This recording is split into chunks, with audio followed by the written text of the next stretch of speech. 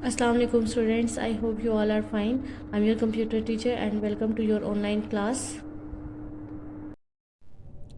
Let's open page number 20. Today we are going to discuss about the exercise of chapter number 2. So let's start. The first question of this exercise is fill in the blank. First blank is the comment feature is assessed from the dash tab.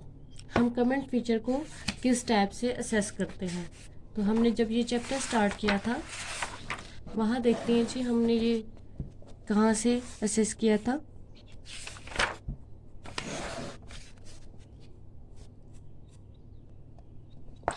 First line पे लिखा हुआ है comment group on the review tab, तो आप यहाँ क्या लिखेंगे? Review tab.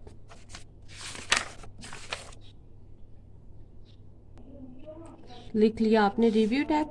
Next है a dash is use to indicate whether a document is confidential, यानी कौन सी चीज़ ऐसे यूज़ होती है जो ये रिप्रेजेंट करती है कि जो आपका डॉक्यूमेंट है वो कॉन्फिडेंशियल है, ये किस की प्रॉपर्टी है।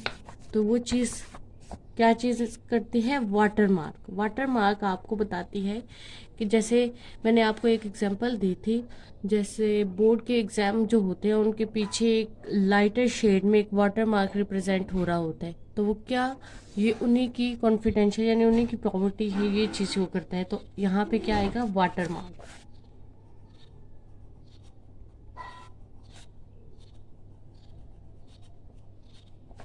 नेक्स्ट है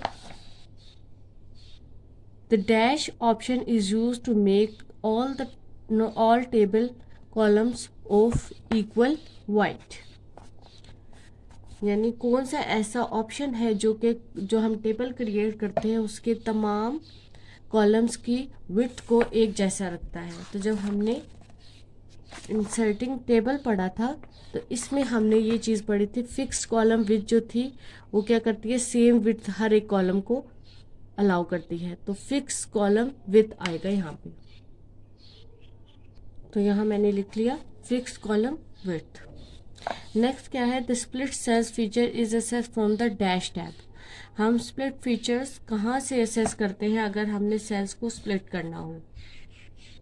तो पेज नंबर 15 पे लास्ट जो ऑप्शन है वो यही है, split one cells into several cells from the layout tab. Layout tab से हम इसे स्प्लिट करते हैं, तो यहाँ आ जाएगा layout tab. A hierarchy can be show with the help of dash feature. तो ये हमने कहाँ पढ़ा था? जब हमने इंसर्टिंग पिक्चर पढ़ा था उसमें हमने ये हायरार्ची फीचर पढ़ा था। Smart art enable us to show the step in a process और a hierarchy with the help of diagram. तो आप यहाँ लिखेंगे smart art diagram.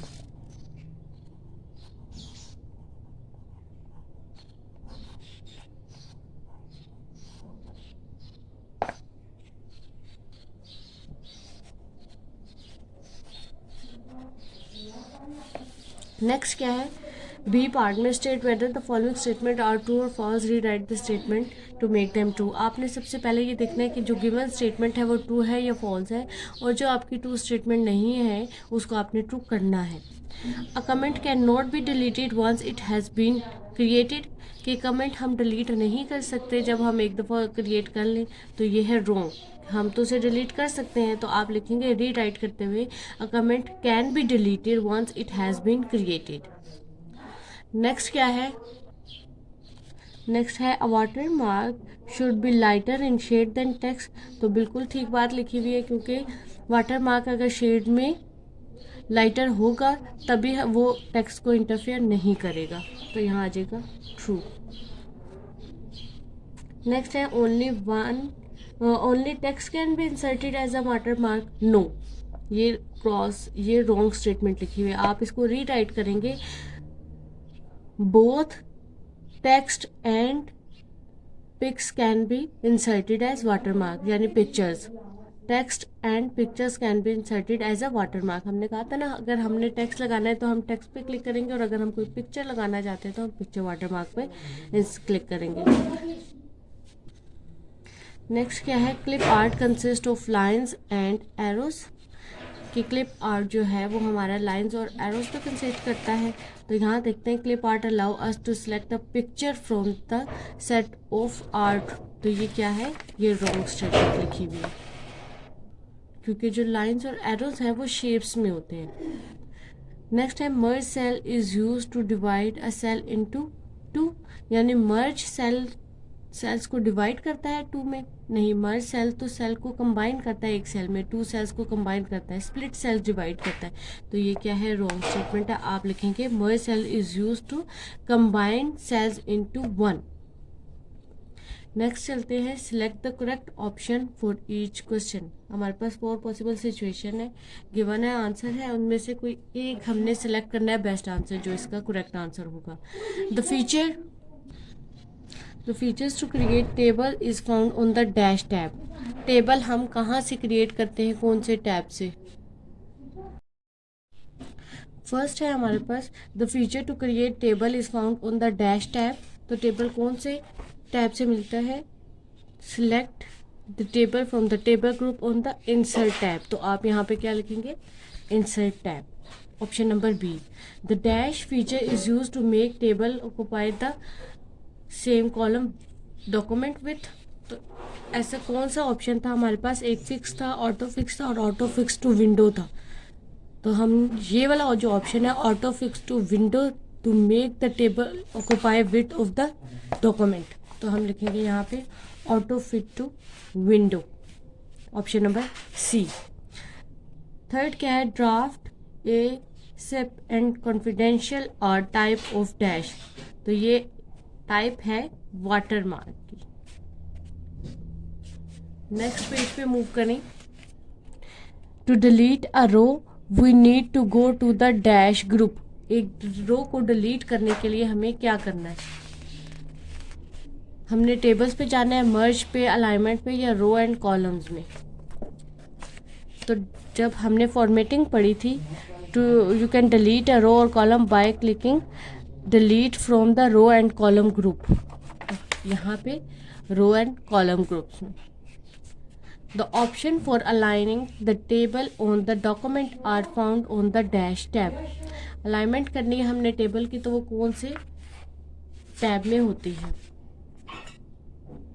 Page number 16 पे हमने पढ़ा था you can change the alignment of the table from the alignment group on the layout tab. तो हमारे पास यहाँ पे लेआउट टैब का ऑप्शन है, तो हम ऑप्शन नंबर बी को क्लिक करेंगे। अब यहाँ पे क्वेश्चन आंसर को भी एक दफ़ा देखते हैं। What is comment, why it is useful to create a document. तो जब हमने ये चैप्टर स्टार्ट किया था उसमें हमने ये चीज़ पढ़ी थी कि व्हाट इज़ कमेंट, आपको मैंने लिखने के लिए दिया था व्हाट इज़ कमेंट। कमेंट में हमने ये आंसर लिखा था, और ये क्यों ज़रूरत है ये भी मैंने आपको इसी में ही बता दिया था। नेक्स्ट है name the 2 type of water mark. तो पिक्चर वाटर मार्क और टेक्स्ट वाटर मार्क, 2 इसके ऑप्शन है। Explain 3 way in which table make it easier to understand. तो जब हमने टेबल्स का पढ़ा था तो ये 3 जो पॉइंट्स थे मैंने आपको लिखने के लिए दिए थे, ये भी हम कर चुके हैं। What is meant by text wrapping. तो ये भी हमने जब काम किया था टेक्स्ट रैपिंग से रिलेटेड, तो मैंने इसका भी ऑप्शन जो आंसर था आपको मार्क करवाया था, ये भी आप कर चुके हैं ऑलरेडी। और लास्ट क्वेश्चन है why do we arrange text in column.